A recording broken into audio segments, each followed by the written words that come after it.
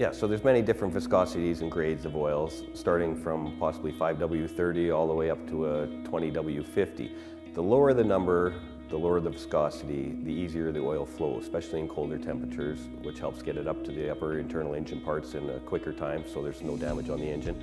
The higher the number, the more resistance to flow. Most vehicles today do call for a 5W30 oil, which is your most universal, versatile oil. It goes from protection below -30 degrees Celsius to protection above +50 degrees Celsius.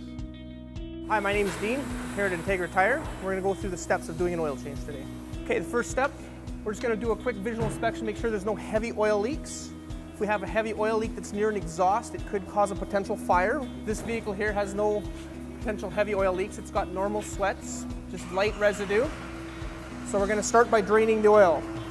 To drain the oil, we're going to pull the drain plug located on the oil pan. As you can see, the oil coming out here is very dark. It's actually very black. This showing that the oil was used to its pretty much maximum of its life. An oil that hasn't been completely used to the maximum of its life should still have a slight red color to it, a reddish golden color. When it's charred completely black like this, you know you've gone to the extreme limit of the service limit of the oil.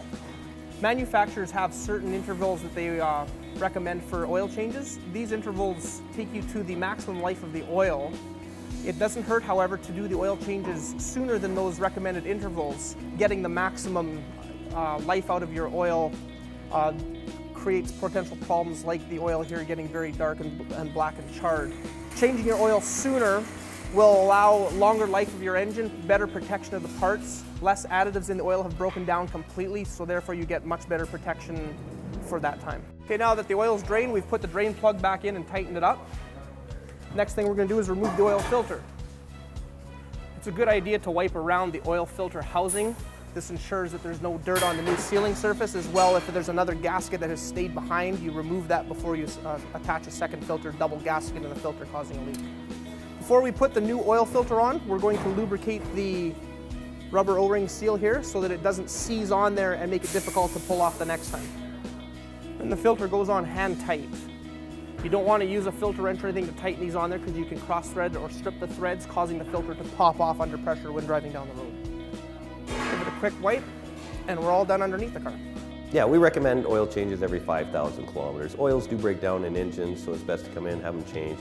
With synthetic oils, you can go a little bit farther, 7 to 9 to 10,000 kilometers, depending on recommendation by the manufacturer of the vehicles. Also at that time, when we do oil changes, we can check all your belts, hoses, fluid levels, tire conditions, pressures, rotate tires, check the brakes, you know, a general all-service facility for you.